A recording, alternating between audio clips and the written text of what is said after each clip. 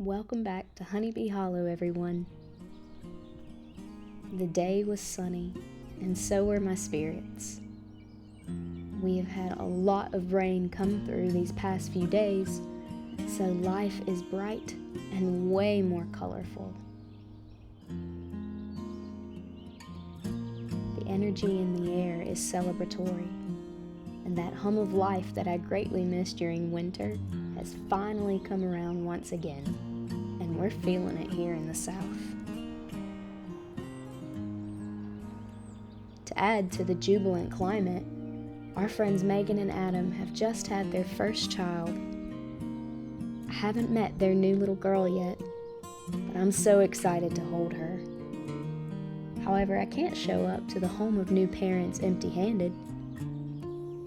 Something that has been established in our home is that whenever there is a birth or a death or struggle happening in the lives of the people that we love, a hearty beef stew is concocted with medicine and with prayers over it to ease the hearts and minds of those who need lifting. And I make a dang good beef stew.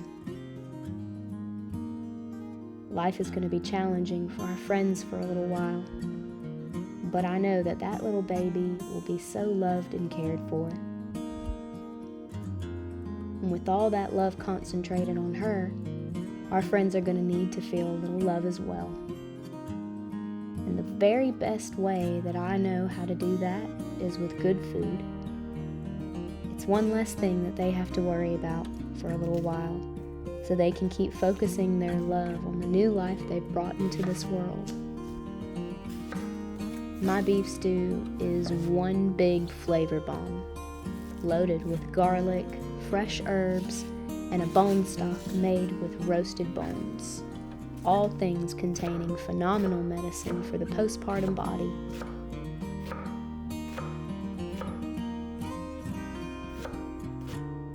When I'm cooking with more than 2 cloves of garlic, I utilize this garlic chopping tool that I purchased from Amazon. This thing is awesome and greatly reduces the mincing time for garlic.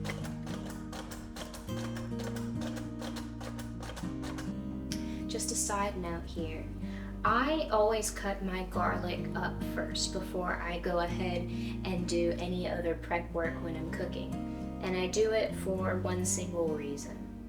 Garlic contains an enzyme known as allicin. And allicin is activated when garlic is chopped, and only when it is chopped.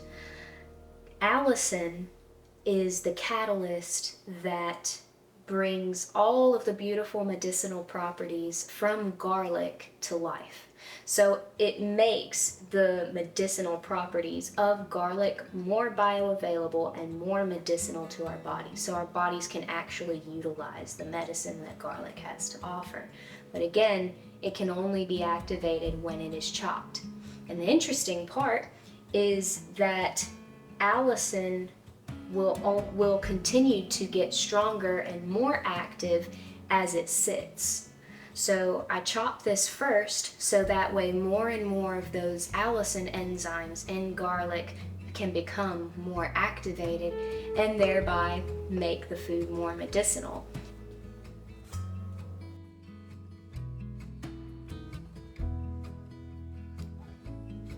I like to chop my vegetables up for a stew relatively large, so that way they can hold up to a couple of hours of stewing.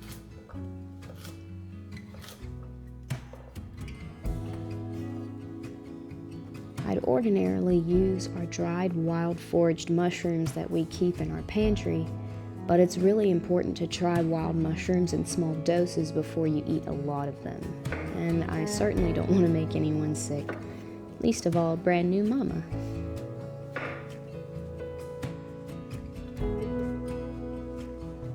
As always, the animal whose life that was taken for our nourishment is prayed over before it's broken down. It feels right to me to acknowledge the life that died so that mine and others can prosper. I like to use chuck roast meat for stews, and I buy it whole like this one. 2 to 3 pounds is more than sufficient to make a pot of stew with 12 plus servings. And this is the main reason I make beef stew for new parents. This is going to last them for days. But the way that I make beef stew is sure to make a woman who's postpartum feel renewed again. God, how incredible that we can create life, harbor them inside of our bodies, and then bring that life into this world.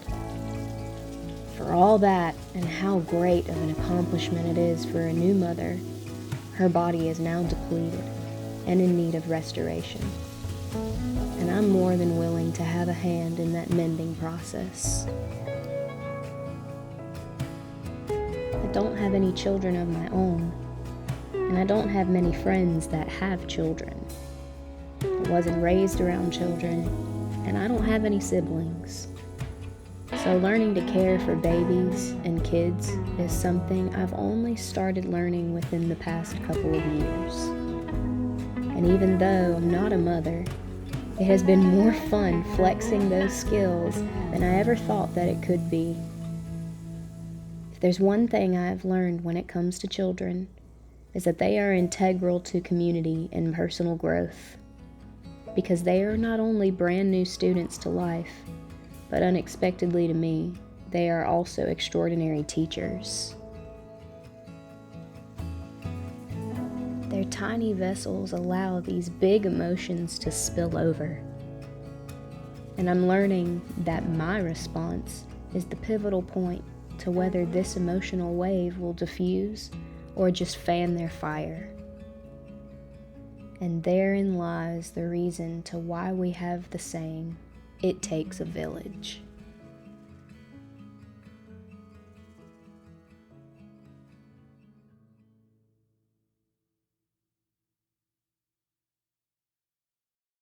The world we live in today only holds the memory of what community once was.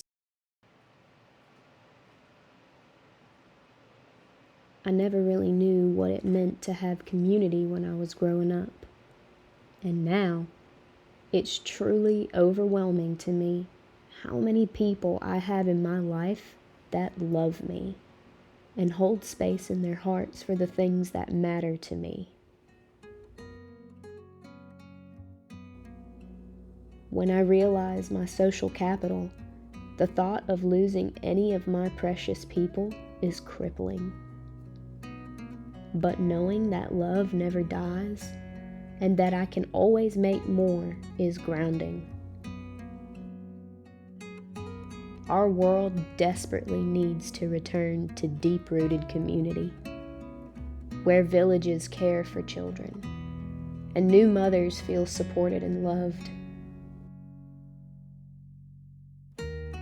where fathers are able to be more present and not subjected to little to no paternity leave, where older generations get to hold their new grandchildren daily while mom can actually sleep, where women of all ages come together to learn and teach how to be tender with new life. These were softer times. Parents were never meant to raise their children alone. I pray that one day we will no longer be dependent on a system that is rooted in creating scarcity and distance amongst its people. And I pray that when people in future generations find that they are lacking, that they can turn to a strong circle of people that will lift them up so that they never know what it means to walk a friendless path. Until then, I will continue giving what I can of myself to my community, so that one day, when the newer generations are having their children, they will have a foundation of what it means to have deep-rooted generational community.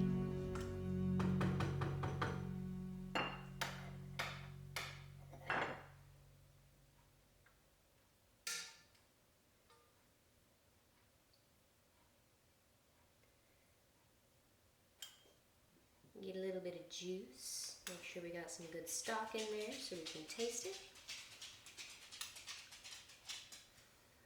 This is where I usually taste to make sure I've added enough salt. Oh, the beef is just falling apart. It's beautiful.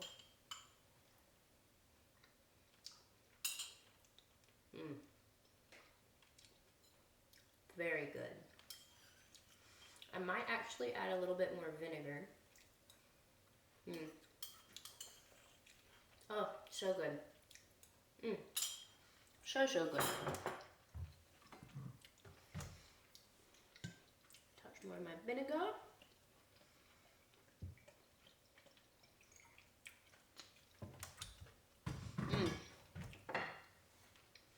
So good.